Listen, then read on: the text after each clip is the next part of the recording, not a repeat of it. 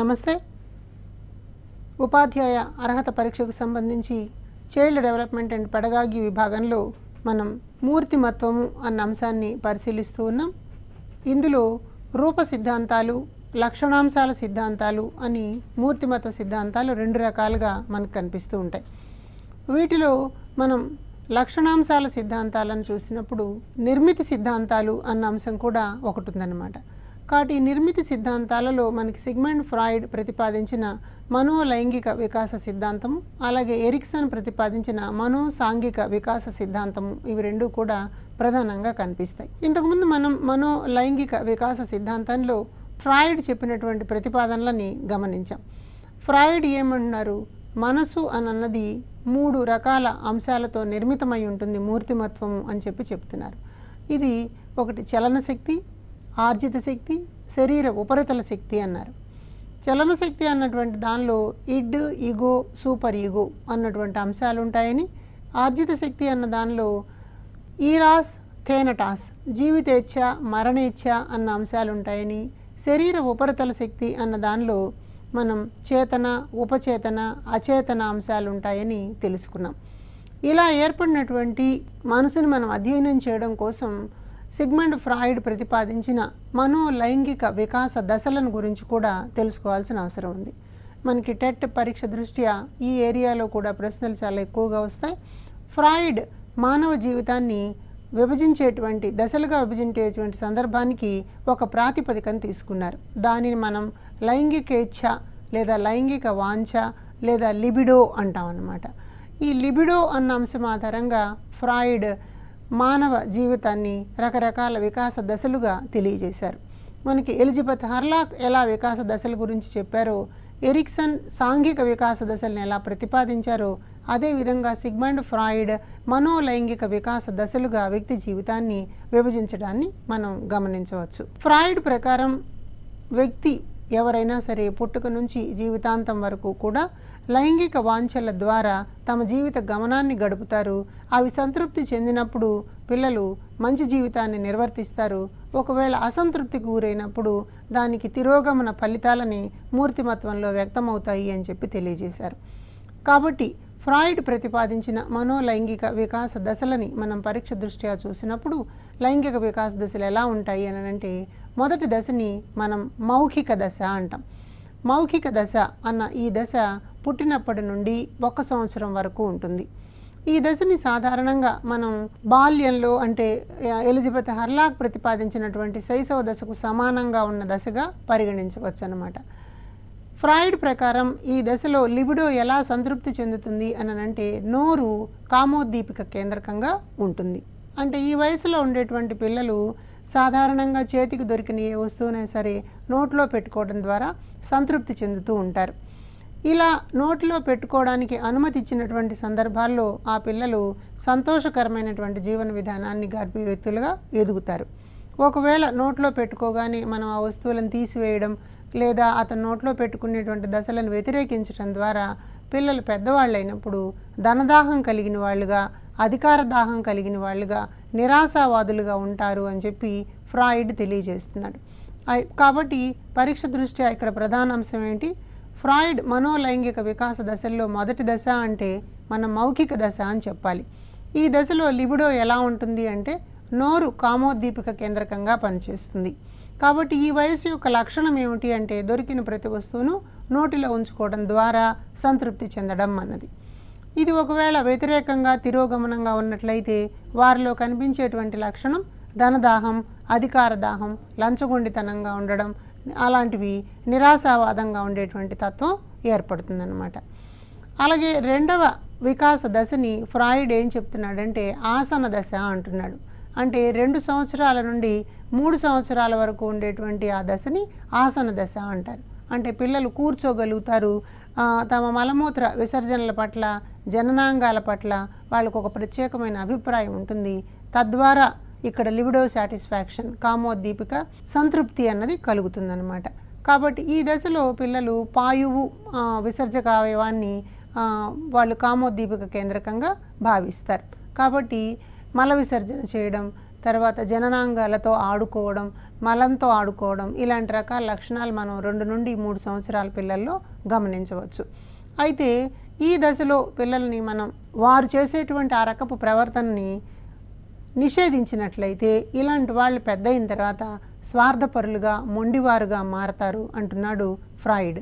అలా కాకుండా వాళ్ళు పాయువు ద్వారా, కామోద్దీపక కేంద్రకం ద్వారా సంతృప్తి చెందేటట్లుగా మనం అవకాశాలను ఇచ్చినట్లయితే వాళ్ళు ప్రేమానురాగాలు కలిగిన వాళ్ళుగా, అలాగే దాన ధర్మాలు చేసేటువంటి వ్యక్తులుగా ఎదుగుతారు అని ఫ్రాయిడ్ అంటున్నాడు. కాబట్టి రెండవ మానవ వికాస దశలో ఇక్కడ మనం ఏం తెలుసుకుంటున్నాం? ఆసన దశ అంటున్నాము. 2 నుండి 3 సంవత్సరాల దాకా ఉంటుంది. ఇక్కడ కామోద్దీపక కేంద్రకంగా పాయువు పనిచేస్తుంది అన్నమాట. అట్లాగే మరొక ముఖ్యమైనటువంటి అంశాన్ని మనం చూస్తే దానిని శిశ్న దశ అంటారు. శిశ్న దశ అన్నది 3 నుండి 5 సంవత్సరాల వరకు ఉంటుంది. ఇక్కడ కూడా జననేంద్రియాలపై ఆసక్తి ఉంటుంది. పిల్లలు ఎదుగుతూ ఉన్న సందర్భంలో జననేంద్రియాల మీద వాళ్ళు ప్రత్యేకమైన అభిప్రాయాన్ని కలిగి ఉంటారనమాట. అయితే ఈ దశలో కొన్ని ప్రత్యేక లక్షణాలని ఫ్రాయిడ్ చెప్పాడు. సాధారణంగా భిన్న లింగ వర్గీయుల పట్ల ఆసక్తి కలగడం అన్నది మానవ సహజం. అందువల్ల మగపిల్లలు బాల్యంలో తల్లిని ఇష్టపడుతూ ఉంటారు. అంచేత దీన్ని మనం ఈడిపస్ కాంప్లెక్స్ అని చెప్పి అంటాం. అలాగే ఆడపిల్లలు తండ్రిని ఇష్టపడతారు. దీన్ని మనం ఎలక్ట్రా కాంప్లెక్స్ అంటాం. దీని మీద చాలాసార్లు మనకు ప్రశ్నలు కూడా వచ్చినాయి. శిశ్న దశ యొక్క లక్షణం ఏమిటి అని అంటే జననేంద్రియాల పట్ల ఆసక్తి కలిగి ఉండడం. ఎంతవరకు ఈ రకపు స్వభావం ఉంటుంది అన్నప్పుడు 3 నుండి 5 సంవత్సరాల వరకు ఉంటుంది. ఈ వయసులో ఉండేటువంటి పిల్లలు మగపిల్లలైతేనేమో తల్లిని ఇష్టపడతారు, ఆడపిల్లలైతేనేమో తండ్రిని ఇష్టపడతారు. ఇలాంటి వాటిని మనం కాంప్లెక్స్ రూపంలో చెప్తున్నాం. ఈడిపస్ కాంప్లెక్స్ అండ్ ఎలక్ట్రా కాంప్లెక్స్ అన్న లక్షణాలుగా మూర్తిమత్వంలో కనిపిస్తాయి అని ఫ్రాయిడ్ తెలియజేస్తున్నాడు. అలాగే మరొక ముఖ్యమైనటువంటి అంశాన్ని చూద్దాం. దానిని గుప్త దశ అంటారు. గుప్త దశ అంటే దాగి ఉన్నటువంటి దశ. ఈ దశ 6 నుండి 11 సంవత్సరాల వరకు కనిపిస్తుంది. అయితే ఈ 11 సంవత్సరాల వరకు కనిపించేటువంటి ఈ దశలో పిల్లలకి తమ చుట్టూ ఉన్న పరిసరాలను గమనించడం, వ్యక్తులతో ప్రతిచర్య చేయగలిగినటువంటి స్వభావం అలవడడం, అందువల్ల మంచి చెడుల మధ్య తేడాని గుర్తించగలుగుతూ ఉంటారు. అంటే ఇక్కడ పిల్లలకి ఇది చేస్తే మంచి జరుగుతుంది, ఇది చేస్తే చెడు జరుగుతుంది, ఈ పని వల్ల నాకు సంతృప్తి కలుగుతుంది, ఈ పని వల్ల నాకు బాధ కలుగుతుంది అన్నటువంటి విచక్షణ పిల్లలకి వస్తుంది. అయితే ఈ వయసులో పిల్లలు తాదాత్మీకరణం చెందడం అన్న లక్షణాన్ని పాటిస్తూ ఉంటారు. తాదాత్మీకరణం చెందడం అని అంటే ఇతరులలాగా తాము ఉన్నామనుకోవడం, తమలాగా వారిలాగా ఉండేటువంటి ప్రయత్నం చేయడం అన్నది తాదాత్మీకరణ భావన అంటాం. అంటే అమ్మలాగా ఉండడం, నాన్నలాగా ఉండాలనుకోవడం, ఇలాంటి రకాల లక్షణాలు. చిన్న వయసులోని పిల్లలు పంచి కట్టుకుని నేను నాన్నలాగా ఉన్నానని, లేకపోతే చీర ధరించి నేను అమ్మలాగా ఉన్నానని భావించే స్వభావం ఇక్కడ కనిపిస్తుంది అన్నమాట. అయితే ఈ పిల్లలు సాంఘిక కట్టుబాట్లను పాటించడానికి సంసిద్ధంగా కనిపిస్తారు. ఇంతకుముందు మనం మౌఖిక దశ, ఆసన దశలో చూసినప్పుడు పిల్లలు లైంగిక అవయవాల పట్ల ప్రత్యేక దృష్టి కలిగి ఉండడం, మల విసర్జనతోటి ఆడుకోవడం, ఇలాంటి రకాలైనటువంటి పరిస్థితుల నుంచి ఇప్పుడు సాంఘికంగా ఉన్నటువంటి కట్టుబాట్లను పాటించే దశకు ఎదుగుతారనమాట.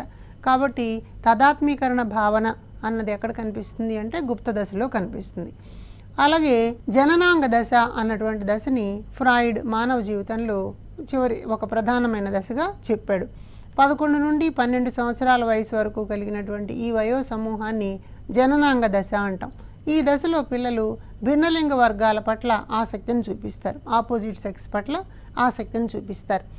కాబట్టి తద్వారా లైంగిక సంతృప్తి అన్నది ఇక్కడ కలుగుతుంది అని చెప్తారు. అయితే మనం ఎలిజబెత్ హర్లాక్ చెప్పినటువంటి జీవన వికాస దశలకి, ఎరిక్సన్ చెప్పినటువంటి వికాస దశలకి కొంచెం చిన్న చిన్న పోలికలు, తేడాలు మనకి ఇక్కడ కనిపిస్తాయి.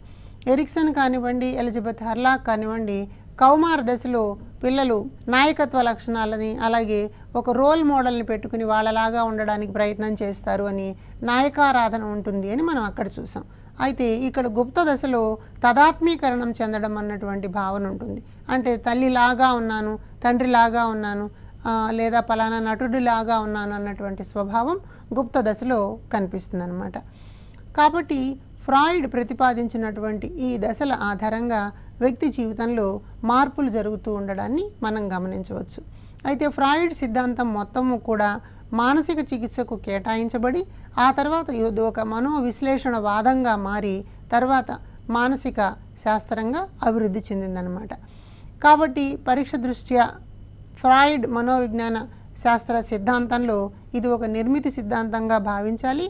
ఈ సిద్ధాంతం ప్రకారము వ్యక్తి యొక్క మూర్తిమత్వాన్ని మనం అర్థం చేసుకోవాలి అని అంటే 3 ప్రధాన దిశలలో వ్యక్తిని పరిశీలించుకోవాలి. అలాంటి వాటిని మనం చలన శక్తి, ఆర్జిత శక్తి, ఉపరితల శక్తి అని అనుకున్నాం. కాబట్టి వ్యక్తుల్లో ఉండేటువంటి పశుపరమైనటువంటి వాంఛలతో కూడిన ఇడ్ అనేది ఉంటుంది. దానిని ఈగో అన్నటువంటిది ఇది సరైనటువంటి పద్ధతి కాదు అని చెప్పి సూచిస్తుంది. ఆ తర్వాత నైతిక విలువలతో కూడినటువంటి ప్రవర్తనను అలవర్చుకునేలాగా సూపర్ ఈగో పనిచేస్తుంది. అలా మూర్తిమత్వాన్ని నిర్దేశించడం అన్నది మనం గమనిస్తూ ఉన్నాం. కాబట్టి ఈ క్రమంలో మనం చూసినప్పుడు ఈ 4 దశల వెంబడి వ్యక్తి జీవితం నడుస్తుంది అని గమనించాలి. ఈ 4 దశల్లోనూ మనకు కనిపించేది లిబిడో అన్నటువంటి అంశం ఉంది. లిబిడో ద్వారా లైంగిక సంతృప్తి జరుగుతుంది. మనకి ప్రధానంగా మౌఖిక దశలో నోరు కామోద్దీపిక కేంద్రకంగా పనిచేస్తుంది. అలాగే ఆసన దశలో పాయువు కామోద్దీపిక కేంద్రకంగా పనిచేస్తుంది. గుప్త దశకు వచ్చేటప్పటికి తదాత్మీకరణం చెందడం ద్వారా సంతృప్తి చెందుతారు. అలాగే జననాంగ దశకు వచ్చేటప్పటికి భిన్నలింగ వర్గాల పట్ల ఆసక్తిని కలిగి ఉండడం ద్వారా సంతృప్తి చెందుతారు. కాబట్టి ఫ్రాయిడ్ మనోవిజ్ఞాన శాస్త్రపరమైన మనోలైంగిక వికాస దశల గురించి ఇలా మనం అర్థం చేసుకోవాలి.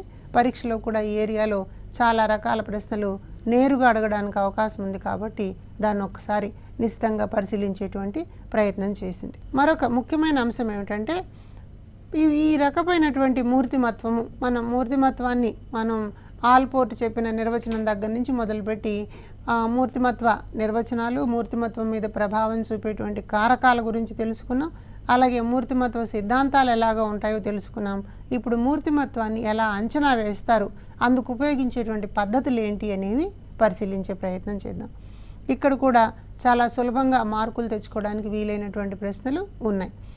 మూర్తిమత్వము అన్నది ఒక మల్టీ ఫ్యాక్టర్ అంశం కాబట్టి దీనిని ఖచ్చితంగా నిర్దిష్టంగా అంచనా వేయడానికి వీలు కాదు. దానిని మనం ఏం చేస్తాం, విభిన్న రకాలైనటువంటి పద్ధతులు ఉపయోగించడం ద్వారా అర్థం చేసుకునే ప్రయత్నం చేస్తాం. ఎందుకంటే మూర్తిమత్వము ఒక బహుకారకమైనటువంటి అంశం. అదే కొంతమంది దాన్ని ద్వికారక అంశము అని చెప్పినప్పటికీ కూడా చివరిగా ఏ నిర్ధారణకు వచ్చారు, ఇది ఏకకారకం కాదు, ద్వికారకం కాదు, బహుకారకమైనటువంటి అంశము అని అర్థమైంది. కాబట్టి మూర్తిమత్వంలో ఉన్నటువంటి ఆ విభిన్న కారకాలని దృష్టిలో ఉంచుకుని మనం పరిశీలన చేయాల్సి వస్తుంది. ఇందుకోసం 2 రకాల పద్ధతులను ఉపయోగిస్తారు. వాటిలో ఒకదాన్ని ఏమంటారంటే ప్రక్షేపక పద్ధతి అంటారు, రెండవ దాన్ని అప్రక్షేపక పద్ధతి. మనకు తెలుసు ప్రక్షేపక పద్ధతి అంటే ప్రక్షేపణం చెందడం అంటే ఆపాదించడం, దాని ప్లేస్లో మరొక దాన్ని ఉంచి ఆపాదించడం. ఇలా ఆపాదించడం అన్న స్వభావం ఆధారంగా ఈ పరీక్షలు 2 రకాలుగా కనిపిస్తాయి. ఒకటి ప్రక్షేపక పరీక్షలు, రెండవది అప్రక్షేపక పరీక్షలు. ప్రక్షేపణం చెందడం అనంటే మనం ఏదో ఒక మనలో ఉన్నటువంటి గుణాన్ని తీసుకెళ్ళి మరొక దానికి అన్వయం చేసి అప్పుడు చెప్పే ప్రయత్నం చేస్తాం. ఉదాహరణకి తనకు తీపి తినాలి అని ఇష్టం ఉన్నప్పుడు ఇక్కడ చాలామంది లడ్డు కావాలని అడుగుతున్నారు అని చెప్పి చెప్తారు. అంటే తనకున్నటువంటి అభిప్రాయాన్ని ఇతరులకి ఆపాదిస్తే దానిని మనం ప్రక్షేపణం అంటాం. ఇలాంటి ప్రక్షేపణ పరీక్షలు మనకి చాలా కనిపిస్తాయి. వాటిలో ప్రధానంగా చూడాల్సింది రోషాక్ సిరామరకల పరీక్ష. రోషాక్ అనేటువంటి మనోవైజ్ఞానికుడు ఈ సిరామరకల పరీక్షను రూపొందించాడు. అంటే అంతలో ఏమీ ఉండవు, కొన్ని సిరామరకలు చుక్కలు చుక్కలుగా మచ్చలు మచ్చలుగా పేపర్ల మీద చల్లినట్టుంటాయి. వాటిని చూసి వాటి ఆధారంగా తన అభిప్రాయాలను వాటికి అన్వయం చేసి తద్వారా మనం మన వ్యక్తిత్వాన్ని ప్రకటించుకుంటూ ఉంటాం. కాబట్టి మనోవైజ్ఞానిక పరిశోధకులు ఈ రకపు పరీక్షలను ఉపయోగించడం ద్వారా వ్యక్తి యొక్క మూర్తిమత్వాన్ని అంచనా వేస్తూ వస్తారు. అలాగే మరొక దాన్ని థీమాటిక్ అపర్సెప్షన్ పరీక్ష అంటాం. థీమాటిక్ అపర్సెప్షన్ అని అంటే ఒక కథ లేదా సన్నివేశము లేదా సంఘర్షణ ఇచ్చి ఆ సంఘర్షణలో పాత్రలుగా నటించమని చెప్పి అడుగుతారు. కాబట్టి ఇది కథని అర్థం చేసుకునేటువంటి ప్రయత్నం చేసి దాని ద్వారా చెప్పాల్సి వస్తుంది. అంచేత థీమాటిక్ అపర్సెప్షన్ ఆ కథని అర్థం చేసుకొని ఆ కథ ద్వారా చెప్పే ప్రయత్నం చేస్తారు. తర్వాత పద సంసర్గ పరీక్షలు, వాక్య పూరణ పరీక్షలు, మనోప్రక్షేపణ నాటికలు, క్రీడా పద్ధతులు ఇట్లాంటివన్నీ కూడా మూర్తిమత్వాన్ని అంచనా వేయడానికి పనికొచ్చేటువంటి అంశాలు. కాబట్టి మనం ఇక్కడ చాలా ప్రశ్నలు రావడానికి అవకాశం ఉంది. రోషాక్ సిరామరకల పరీక్ష ఏ రకపు పరీక్ష అంటారు. ఏ రకము అంటే అది ప్రక్షేపక పరీక్షలాగా కనిపిస్తుంది అన్నమాట. అలాగే థీమాటిక్ అపర్సెప్షన్ పరీక్ష కూడా ప్రక్షేపక పరీక్షలాగే కనిపిస్తుంది. కొన్నిసార్లు ఇలాంటి ప్రశ్నలు అడగచ్చు, కింది వానిలో ఏది ప్రక్షేపక పరీక్ష కాదు అని. మన దగ్గర ప్రక్షేపక పరీక్షలు ఎన్ని కనిపిస్తున్నాయి? ఒక 6 అంశాలు ఉన్నాయి. ఈ 6 పేర్లు గుర్తుపెట్టుకుంటే అదర్ దాన్ దిస్ ఆన్సర్ అవుతుంది అన్నమాట. కాబట్టి సిరామరకలు, థీమాటిక్ అపర్సెప్షన్, పద సంసర్గము, వాక్యపూరణము, తర్వాత మనో ప్రక్షేపక నాటిక, ఒక చిన్న నాటికని ప్రదర్శించడం, అలాగే క్రీడా పద్ధతి అంటాం అన్నమాట. క్రీడా పద్ధతి అంటే ఆటలు ఆడుకోవడం ద్వారా, ఆటల ద్వారా మన మూర్తిమత్వాన్ని వ్యక్తం చేస్తాం. అలాగే మరొక అంశాన్ని ఇక్కడ గమనిద్దాం, అప్రక్షేపక పద్ధతులు అని అన్నాం. అంటే అప్రక్షేపకము అంటే ఉద్దీపనల ద్వారా మూర్తిమత్వాన్ని తెలియచేయడం. అంటే మనం అక్కడున్న స్టిమ్యులస్కి ఒక రెస్పాన్స్ ఇస్తాం అన్నమాట. ఇంతకుముందు ఉన్నటువంటి ప్రక్షేపణంలోనేమో మనలో ఉన్న గుణాలని వేరే సందర్భానికి ఆపాదిస్తాము. అప్రక్షేపక పద్ధతుల్లోనేమో మనం రెస్పాండ్ అవుతాం అన్నమాట. ఈ రెస్పాండ్ అవ్వడం కోసం ఉండేటువంటి పరీక్షల్లో ముఖ్యమైనవి కేస్ స్టడీ అన్నది ఉంది, అలాగే ఇంటర్వ్యూలు ఉన్నాయి, స్వీయ చరిత్ర రాయడం ఉంటుంది, ప్రశ్నావళి, మూర్తిమత్వ శోధికలు, నిర్ధారణ మాపనలు, సంఘటన రచన, సాంఘిక మితి సాధనాలు, సన్నివేశ పరీక్షలు. కాబట్టి ఇవన్నీ మనకి అప్రక్షేపక పరీక్షలుగా కనిపిస్తాయి.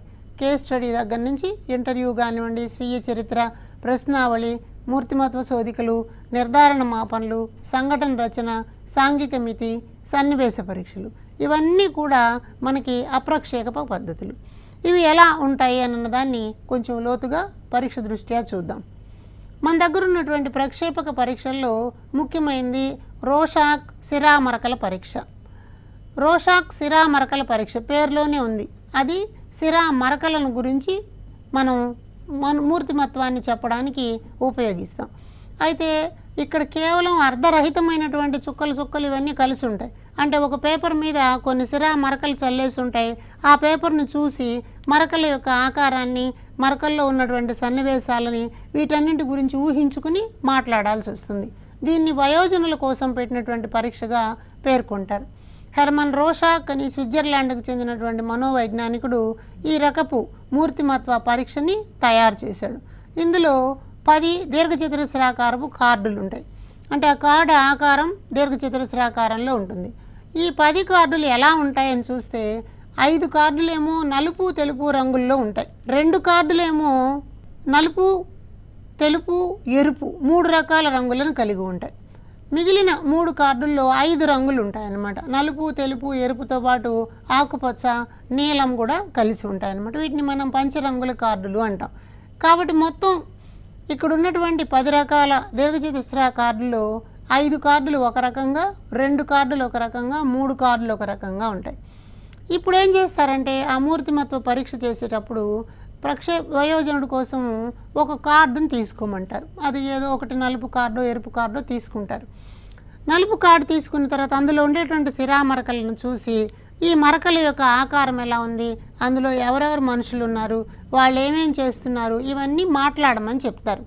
అలాంటప్పుడు ఏం చేస్తారు, మూర్తిమత్వం పరీక్షకి గురైనటువంటి వ్యక్తులు ఆ చిత్రాన్ని చూసి వాడు ఏమేమి అనుకుంటున్నాడో అవన్నీ చిత్రాలకు ఆపాదించి చెప్పే ప్రయత్నం చేస్తారు.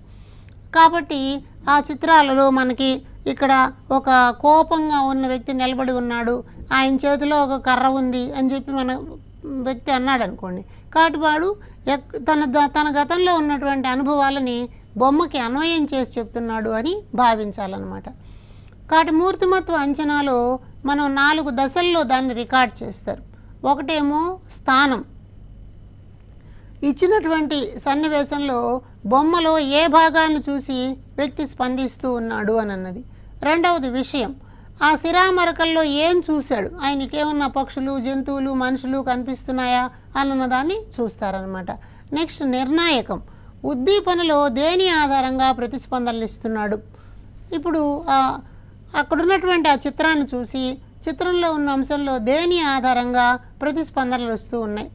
అంటే అక్కడున్న చుక్కలాగానా, గీతలాగానా, మనిషి ఆకారం ద్వారానా, పడవ ఆకారం ద్వారానా, ఎలాంటి దాని ద్వారా ఈయన అభిప్రాయాలను చెప్తున్నాడు అని చూసినప్పుడు గతానుభవాల యొక్క పాత్ర అక్కడ ప్రధానంగా కనిపిస్తుంది. అట్లనే మరొకటి మౌలికం అంటాం. మౌలికం అంటే సొంతంగా అభిప్రాయమా లేకపోతే కాదా అన్న నిర్ణయానికి రావడం అన్నమాట. అంటే వ్యక్తి ఈ బొమ్మలను చూసి చెప్పేటువంటి అంశాల్లో సొంతంగా తన అభిప్రాయాన్ని చెప్తున్నాడా లేకపోతే ఊహించుకుని వేరే ఏమన్నా చెప్తున్నాడా అని తెలుసుకుంటే దాన్ని మౌలికం అంటారు. కాబట్టి శిరామరకల పరీక్ష నిర్వహించేటప్పుడు మనోవిజ్ఞాన శాస్త్రవేత్త ఈ 4 అంశాలని చూస్తారు. స్థానము, విషయము, నిర్ణయకం, మౌలికం అంటారనమాట. తద్వారా వ్యక్తి యొక్క ప్రవర్తనని అంచనా వేయడానికి ప్రయత్నం చేస్తారు. అట్లాగే మరొక దాన్ని మనం ప్రధానమైన పరీక్షని ఇతివృత్తగ్రాహ్యక నికష అంటాం. అంటే ఇది కూడా ఒక గ్రాహ్యక నికష. నికష అంటే టెస్ట్, థీమాటిక్ అపర్సెప్షన్ టెస్ట్ అంటాం. ఈ థీమాటిక్ అపర్సెప్షన్ టెస్ట్ అన్నదాన్ని ముర్రే మరియు మోర్గాన్ అన్నటువంటి శాస్త్రవేత్తలు తయారు చేశారు. ఇది అమెరికాకు సంబంధించింది. ముర్రే మరియు మోర్గాన్ తయారు చేసినటువంటి ఈ విషయంలో మనం థీమా అంటే కథ అని చెప్పి అనుకుంటాం. అపర్సెప్షన్ అంటే సూక్ష్మంగా అర్థం చేసుకోవడం. ఇది ఒక సన్నివేశానికి కూడినటువంటి కార్డు. ఇంతకుముందు మనం రోషాక్ శిరామరకల పరీక్షలో కేవలం మరకలతో ఉండేటువంటి దాన్ని చూసాం. ఇక్కడ ఒక అర్థవంతమైనటువంటి ఒక సన్నివేశం ఉంటుందన్నమాట. ఆ సన్నివేశంలో కొంతమంది మనుషులు, జంతువులు ఇట్లాంటివి కనిపిస్తాయి. ఇలాంటి కార్డులు 31 కార్డులు ఉంటాయి. వీటిల్లో 30 కార్డులు బొమ్మలతో కూడి ఉంటే ఒకటి ఖాళీ కార్డు ఉంటుందన్నమాట. కాబట్టి ఇందులో కార్డులు చూసినట్లయితే 10 పురుషుల కోసము, 10 స్త్రీల కోసం, 10 కార్డులు ఇద్దరి కోసము కేటాయించబడి ఉంటాయి. ఒక కార్డు మాత్రం ఖాళీ కార్డు లాగా ఉంటుంది. ఎందుకు ఇలా చేస్తారు అన్నప్పుడు ఒక పురుషులకు ఇచ్చేటువంటి 10 కార్డులతో పాటు ఇద్దరి కార్డుని ఉపయోగించడం ద్వారా పురుషులలో ఉన్నటువంటి స్త్రీపరమైన సున్నితత్వ, మూర్తిమత్వ భావాలు ఏమైనా ఉన్నాయా అని చెప్పి తెలుసుకోవడానికి, తద్వారా ఖాళీ కార్డులో దాన్ని అన్వయం చేసి చెప్పడానికి అవకాశం వస్తుంది. అలాగే ఒక వ్యక్తికి గరిష్టంగా ఎన్ని కార్డులు ఇస్తారు అని అంటే 21 కార్డులు ఇస్తారు. అంటే ఉదాహరణకు ఒక పురుషుడు యొక్క మూర్తిమత్వాన్ని లెక్క పెట్టేటప్పుడు 20 పురుష కార్డులు, 10 ఇద్దరికీ ఇచ్చే కార్డులు ఇస్తారు. చివరిగా ఖాళీ కార్డునిచ్చి తద్వారా ఏమి అవగాహన చేసుకున్నాడో మాట్లాడండి అని చెప్పి అడుగుతారనమాట. కాబట్టి ఈ విధంగా మనకి కార్డులని, సన్నివేశాలనిచ్చి సన్నివేశాల ద్వారా ఆ బొమ్మలు చూసి ఏం జరుగుతోంది అని చెప్పాల్సి వస్తుంది. అయితే మూర్తిమత్వాన్ని నిర్ధారించేటువంటి వ్యక్తి ఏం చేస్తాడు? ఈ కార్డు ద్వారా చెప్తున్నటువంటి వ్యక్తి కార్డుకు ముందు ఏమి జరిగింది, అంటే కార్డులో చూస్తున్నటువంటి సన్నివేశానికి ముందుగా ఏం జరిగింది, ప్రస్తుతం ఏం జరుగుతోంది, దీని పర్యవసానం ఏం జరుగుతుంది అన్న 3 విషయాలని చెప్పాలి.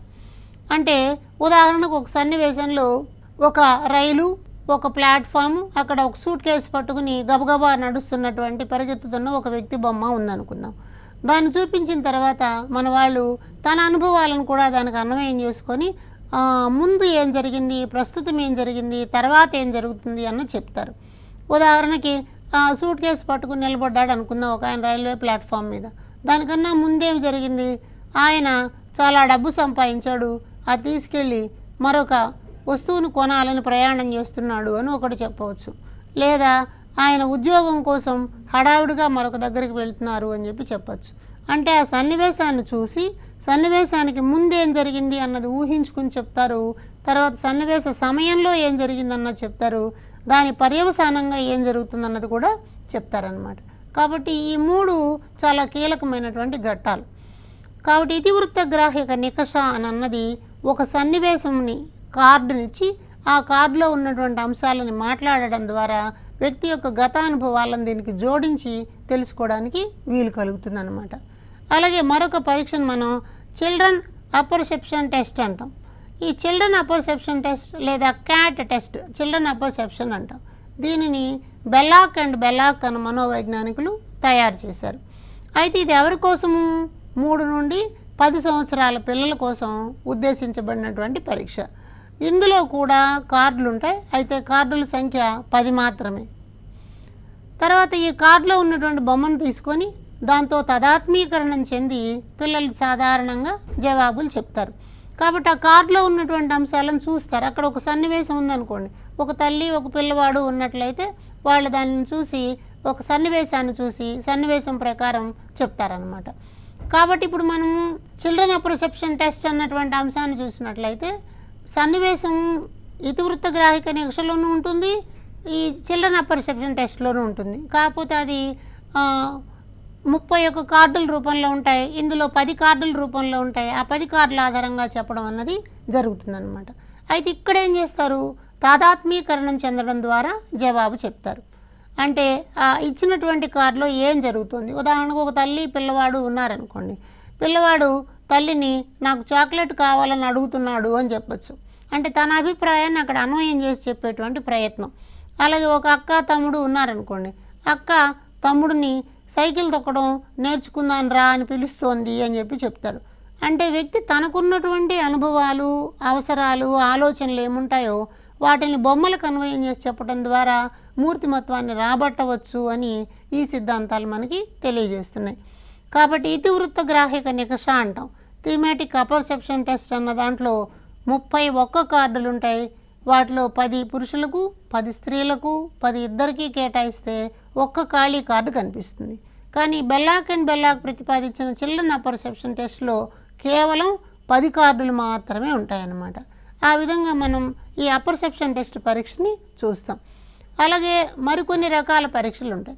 వాటిని మనం వాక్యపూరణ పరీక్ష అంటాం. అంటే వాక్యాలను రాసి చెప్పాలి.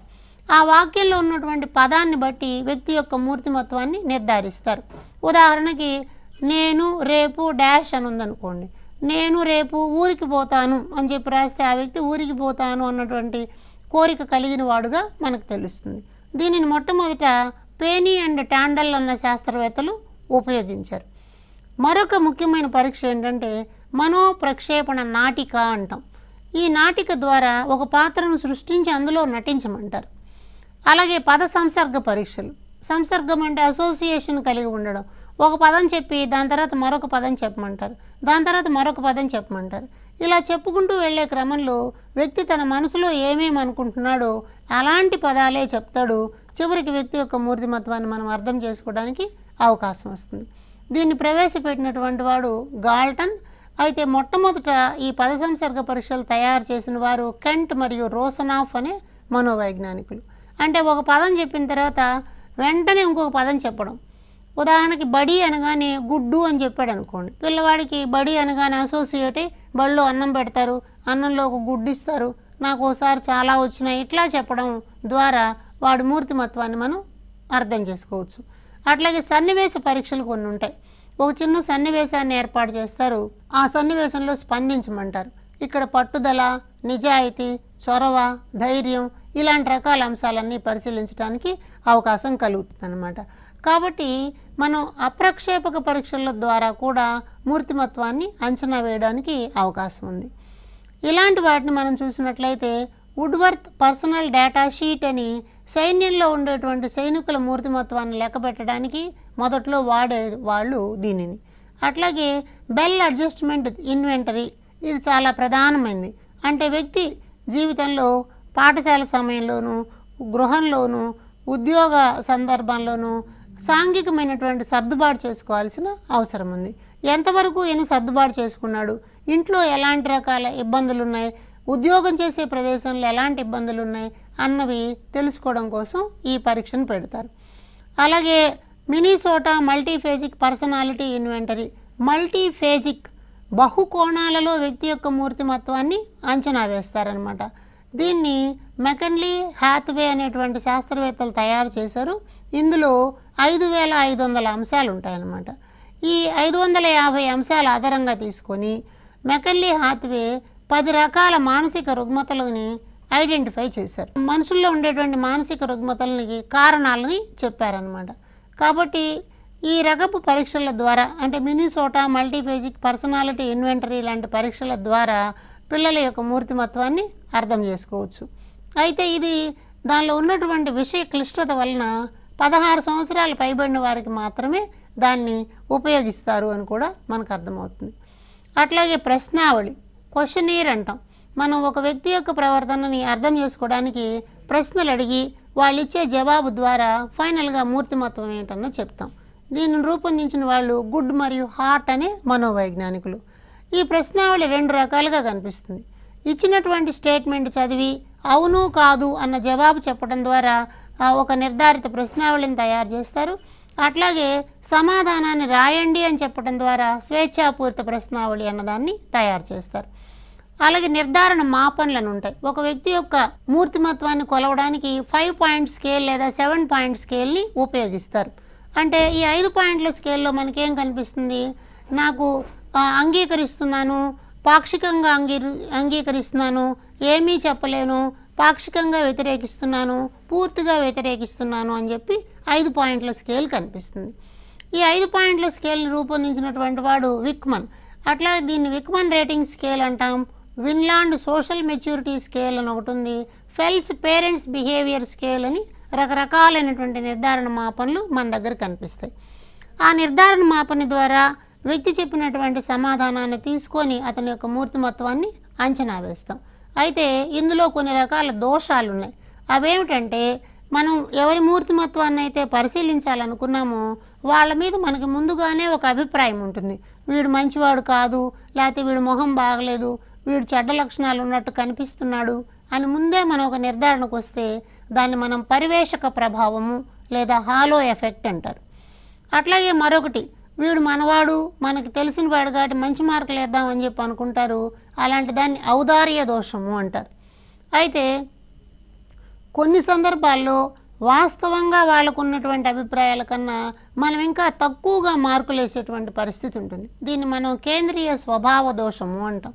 కాబట్టి నిర్ధారణ మాపనలను అమలు చేసే సందర్భాల్లో ఇలాంటి రకాల లోపాలు ఉండొచ్చు. హాలో ప్రభావము, ఔదార్య దోషము, కేంద్రీయ స్వభావ దోషము అన్నటువంటి దోషాలు ఉండడానికి అవకాశం ఉంది అంటారు నిర్ధారణ మాపనలలో.